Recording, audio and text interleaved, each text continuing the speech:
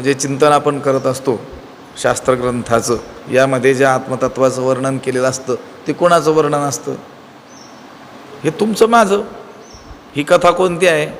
ही आत्मकथा आहे. हे पहा, रामायण आपण श्रवण करतो, वाचतो, पठन करतो. ती रामकथा कोणाची आहे? प्रभू रामचंद्रांची आहे. रामचंद्र प्रभू कसा राक्षसांचा संहार करतात ते आपल्याला दिसतं. लक्षात आलं का? त्या वानरांशी कसा संवाद करतात ते आपल्याला दिसतं ऐकत असताना.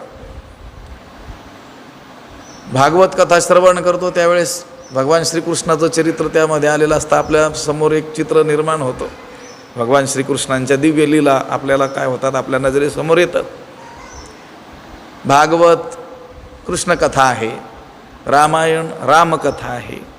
पण हे जे शास्त्र आहे ही कथा आहे, पण ही कोणाची कथा आहे? ही आत्मकथा आहे. ही तुमची